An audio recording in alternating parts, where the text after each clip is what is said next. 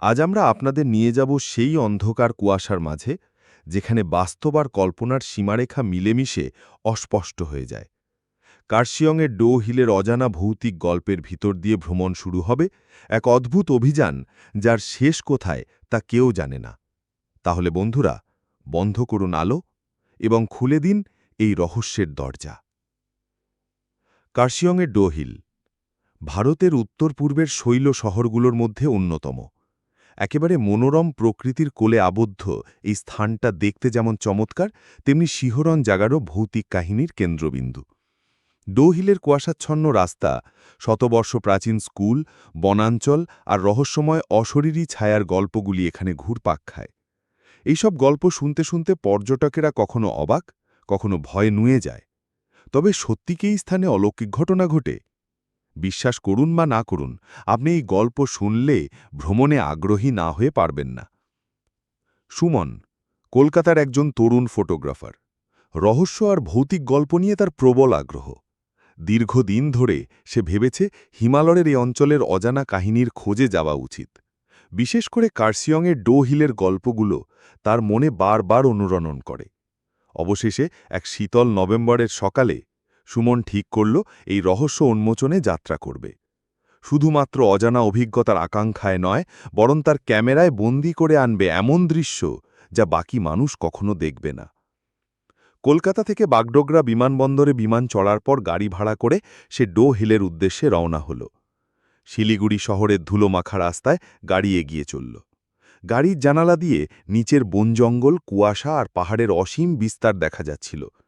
প্রকৃতির এই অপরূপ সৌন্দর্যের মাঝেই যেন চাপা থেকে আসছে বিষাদ এবং রহস্যের গন্ধ। ডো হিলে পৌঁছতে পৌঁছতে সূর্য মৃদু আলোর পিছনে ধীরে ধীরে লুকিয়ে যেতে লাগল।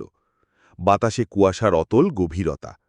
স্থানীয় লোকেরা আগে থেকেই সতর্ক করেছিল, সন্ধ্যের পরে বাইরে যাওয়া মুশকিল, অশরীরীরা পথে আসে।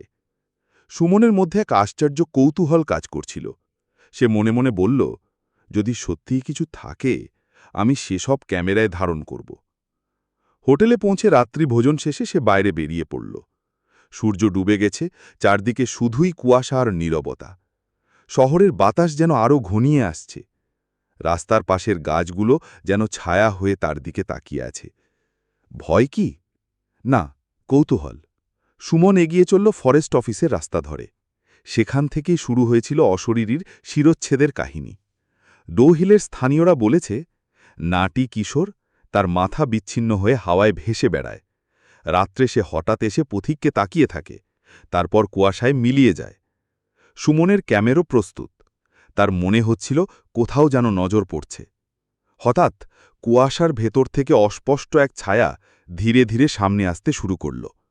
সুমন থেমে গেল। ক্যামেরার লেন্সে তাকিয়ে সে বলল, কে আছো? কোনো উত্তর এলো না। ছায়া আরও কাছে এলো, কিন্তু পরিষ্কার দেখা যাচ্ছে না।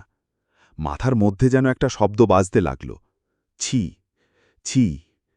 তখনই মুহূর্তের মধ্যে ছায়াটি হঠাৎ অদৃশ্য হয়ে গেল। সুমন অবাক হয়ে থমথম করে দাঁড়িয়ে রইল। তার হৃদয় দ্রুত স্পন্দিত হতে লাগল। মনে হচ্ছিল তার চোখে যা দেখছে তা বাস্তব না স্বপ্ন। হাত কাঁপতে লাগল। তবে সে নিশ্চিত, তার ক্যামেরায় ঠিক তখনই কিছু ধারণ হয়েছে। পরের দিন সকালে সুমন ঠিক করল ভিক্টোরিয়া বয়েজ হাই স্কুলের দিকে যাবে। এই শতাব্দী প্রাচীন স্কুলটিও তার রহস্যে ছেয়ে আছে। লোকেদের মতে শীতকালে স্কুল বন্ধ থাকলেও রাতে শিশুদের দৌড়দৌড়ির আওয়াজ শোনা যায়। অবাক করে অনেকেই স্কুলের প্রাঙ্গণে বিদেহী আত্মার ছায়া দেখেছেন। সে ভেতরে ঢুকতে পারল না, দরজা বন্ধ। তার কানে বাজতে থাকল পুরনো কাঠে সিঁড়ির শব্দ। সে ক্যামেরা দিয়ে তাকিয়ে থাকল। হঠাৎ ভিতর থেকে লাগল শিশুর মতো কণ্ঠস্বরে কাঁদার শব্দ, মা মা। সুমন দ্রুত বাইরে চলে এলো।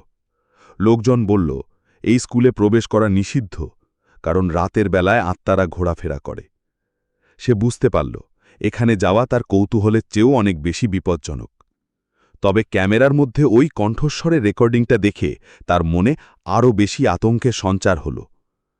পরের দিন সন্ধ্যায় সুমন সিদ্ধান্ত নিল ডো হিলের জঙ্গলে প্রবেশ করবে। বনাঞ্চল, যেখানে রহস্য ঘেরা। স্থানীয়রা বহুবার বলেছে, কেউ এই জঙ্গলে গেলে যেন তার পিছনে কেউ তাকিয়ে আছে। তার ক্যামেরা ধরেই সে পথ চলতে লাগল। কয়েক মিনিট হাঁটা মাত্রই তার মনে হল কেউ তাকে টিকিয়ে দেখছে। হঠাৎ গাঢ় কুয়াশার ভেতর থেকে লাল চোখ জ্বলজ্বল করতে দেখতে পেল। সে ভয় পেয়ে ক্যামেরায় তাকিয়ে ছবিটা ক্লিক করল। চোখটি ধীরে ধীরে অদৃশ্য হয়ে গেল।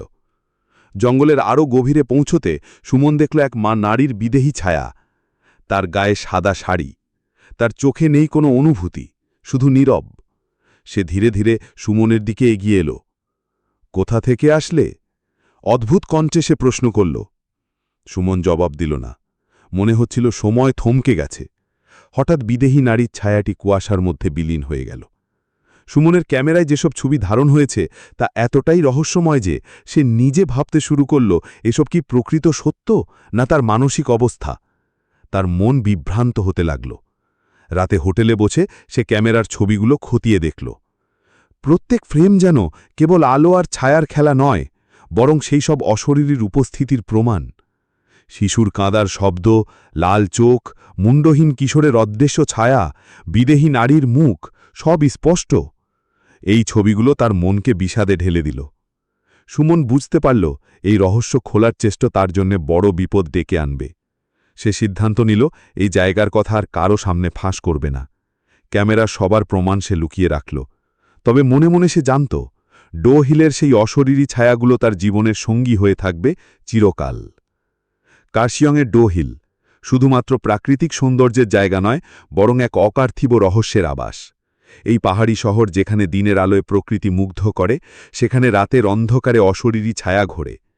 আপনি চাইলে নিজে গিয়ে দেখতে পারেন এই স্থান। তবে সতর্ক থাকুন, কারণ কুয়াশার আড়ালে যাদের ভাসমান ছায়া বলে মনে হয় তারা শুধুমাত্র আপনার কল্পনা নয়, বরং বাস্তবের এক অংশ।